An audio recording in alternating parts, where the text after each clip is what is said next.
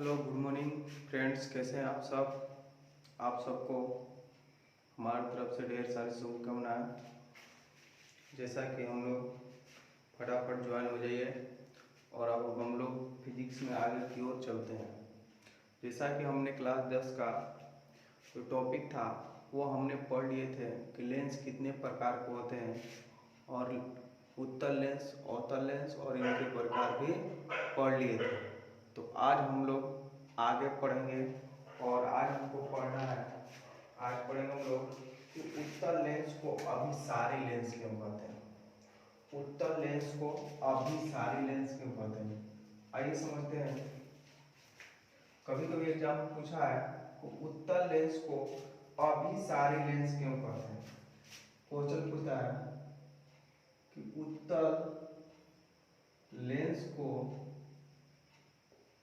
अभिसारी लेंस क्यों कहते हैं। उत्तल लेंस को अभिसारी लेंस क्यों कहते हैं, आइए समझते हैं। देखिए इसका आंसर जो होगा, इसका आंसर फिगर बनाते हैं। देखिए ये उत्तल लेंस हो गया। कौन सा लेंस हो गया? उत्तल लेंस हो गया। जब भी कोई प्रकाश की किरण उत्तल लेंस से होकर गुजरती है तो वह गुजरने के बाद मुख्य अक्ष के किसी बिंदु पर कट जाती है। मुख्य अक्ष के किसी बिंदु पर कटी होती है, कट जाती है।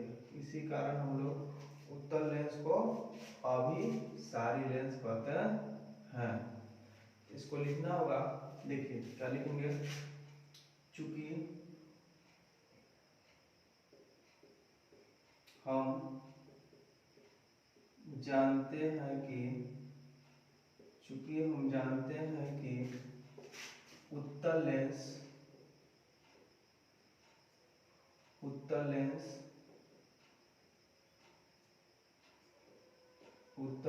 का प्रत्येक भाग एक प्रिज्म की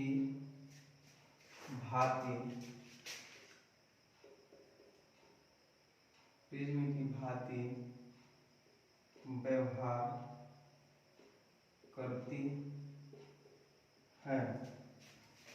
जब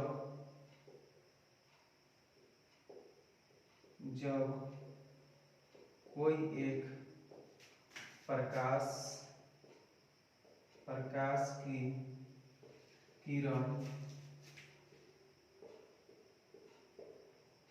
इस लेंस से होकर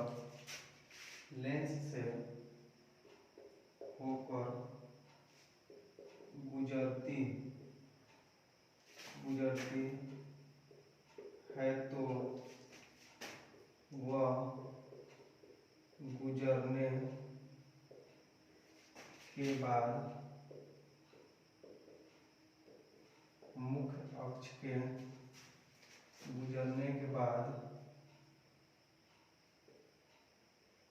मुख्य अक्ष के एक निश्चित बिंदु पर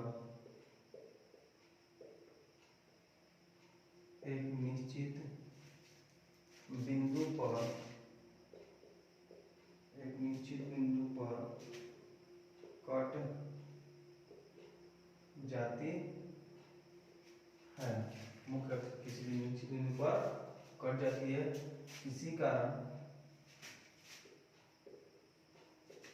इसी कारण उत्तल लेंस को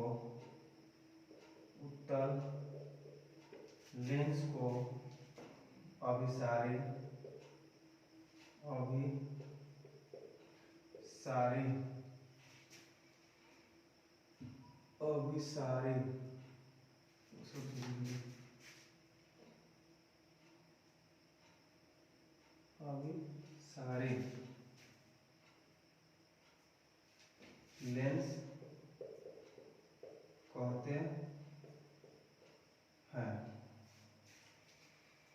चूंकि हम जानते हैं कि उत्तल लेंस का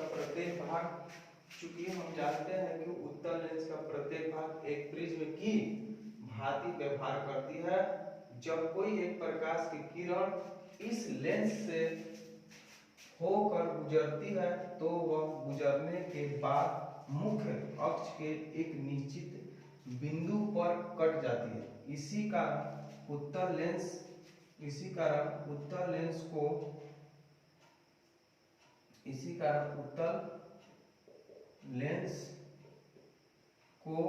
अभिसारी लेंस कहते हैं। इसी कारण उत्तल लेंस को क्या कहते हैं? अभिसारी लेंस कहते हैं। इसी कारण उत्तल लेंस को अभिसारी लेंस कहते हैं। किसी को दिक्कत नहीं? चलिए आगे समझते हैं। अब चलिए आइए समझते हैं अवतल लेंस को अपसारी लेंस क्यों कहते हैं। अवतल लेंस को अपसारी लेंस क्यों कहते हैं? अवतल लेंस को अपसारी लेंस क्यों कहते हैं? तो देखिए ये फिगर बना अवतल लेंस है। कौन सा लेंस है? अवतल लेंस है। और अवतल लेंस में जब भी कोई प्रकाश की किरण जाती है तो वो लेंस से अपवर्तन के बाद वो क्या होती है? ये इधर बाहर निकल जाती है, इधर निकलती है। तो जब इधर निकलता है तो हम इधर तो कटता ही नहीं है, तो हम इसे पीछे डॉट डॉट डॉट डॉट करके क्या करते हैं? कल्पना करते हैं। तो वह किसी मुख अक्ष किसी बिंदु पर क्या होती है? कटती हुई प्रतीत होती है। कटती हुई कैसी होती है? प्रतीत होती है। इसी कारण अवतल लेंस को हम लोग अपसारी लेंस भी कहते हैं। तो इसका परिभाषा पूछेगा अवतल लेंस को अपसारी लेंस क्यों कहते हैं, तो इस फिगर को बना के लिखेंगे। चूंकि हम जानते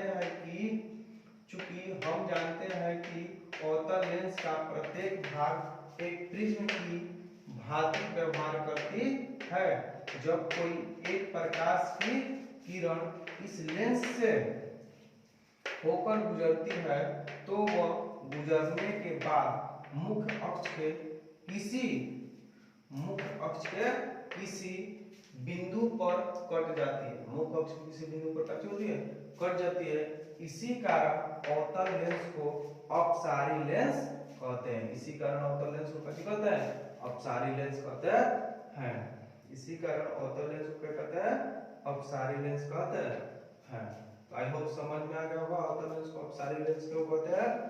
तो ये आपका हो गया अवतल लेंस को अपसारी लेंस क्यों कहते हैं और उत्तल लेंस को अभिसारी लेंस क्यों कहते हैं। तो चलिए अब आगे समझते हैं हम लोग। चलिए आइए समझते हैं लेंस का प्रतिबिंब किसे कहते हैं। लेंस का प्रतिबिंब किसे कहते हैं? तो देखिए लेंस का प्रतिबिंब किसे कहते हैं। लेंस का प्रतिबिंब किसे कहते हैं? तो कहें किसी बिंदु वस्तु से आ रही प्रकाश की किरणें लेंस से अपवर्तन के बाद मुख्य अक्ष के जिस बिंदु पर कट जाती है, मुख्य अक्ष के जिस बिंदु पर कट जाती है या कटती हुई प्रतीत होती है, या कटती हुई प्रतीत होती है, उसे ही तो कटती हुई प्रतीत होती है तो उसे लेंस का प्रतिबिंब कहते हैं। तो उसे ही लेंस का क्या कहते हैं? प्रतिबिंब कहते हैं। तो ये थोड़ा सा जोड़ लीजिएगा है। तो उसे लेंस का प्रतिबिंब कहते हैं। और लेंस द्वारा बने प्रतिबिंब मुख्यतः दो प्रकार के होते हैं। लेंस द्वारा बने प्रतिबिंब मुख्यतः दो प्रकार के होते हैं। पहले नंबर पर वास्तविक प्रतिबिंब और दूसरा नंबर पर काल्पनिक प्रतिबिंब या इसे आभासी प्रतिबिंब भी हम लोग कहते हैं। तो ये वास्तविक प्रतिबिंब हो गया, ये काल्पनिक प्रतिबिंब हुआ। अब समझिए वास्तविक प्रतिबिंब किसे कहते हैं। तो सिर्फ परिभाषा यही रहेगा, केवल कह देंगे कट जाती है तो आपका हो जाएगा वास्तविक प्रतिबिंब। आप कह देंगे काटती हुई प्रतीत होती है तो उसको कह देंगे काल्पनिक प्रतिबिंब। तो आइए समझते हैं एक नंबर पर वास्तविक प्रतिबिंब किसे कहते हैं। एक नंबर पर कैसे समझते हैं? वास्तविक प्रतिबिंब किसे कहते हैं। तो कहेंगे किसी बिंदु वस्तु से आ रही प्रकाश की किरणें लेंस से अपवर्तन के बाद मुख्य अक्ष के जिस बिंदु पर कट जाती है तो उसे ही कट जाती है तो उसे वास्तविक प्रतिबिंब कहते हैं। तो उसे क्या कहते हैं? वास्तविक प्रतिबिंब कहते हैं। उसी प्रकार से काल्पनिक प्रतिबिंब कहना होगा तो हम क्या कहेंगे? तो देखिए काल्पनिक प्रतिबिंब का परिभाषा हो जाएगा। ये आपका वास्तविक प्रतिबिंब की परिभाषा समझ में आया? वास्तविक प्रतिबिंब किसे होता है? किसी बिंदु वस्तु से आ रही प्रकाश की किरणें लेंस से अपवर्तन के बाद मुख्य अक्ष के जिस बिंदु पर कट जाती है तो उसे वास्तविक प्रतिबिंब कहते हैं। और काल्पनिक प्रतिबिंब किसे कहते हैं? तो देखिए किसे कहते हैं, थोड़ी सी यहाँ सुधार लेंगे। यहाँ पर आपका दूसरा हो गया काल्पनिक। काल्पनिक प्रतिबिंब, काल्पनिक प्रतिबिंब किसी बिंदु वस्तु से आ रही प्रकाश की किरणें लेंस से अपवर्तन के बाद मुख्य अक्ष के जिस बिंदु पर कटती हुई, यहां लिखा है जी कटती हुई, कटती कटती हुई कटती हुई कटती हुई प्रतीत होती है, कटती हुई प्रतीत होती है, कटती हुई प्रतीत होती है तो उसे लेंस का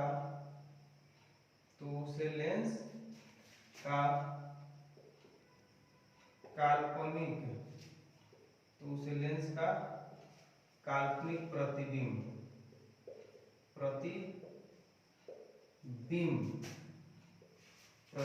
कहते हैं। प्रतिबिंब कहते हैं। किसी को दिक्कत? आई होप समझ में आ गया होगा। किसे कहते हैं?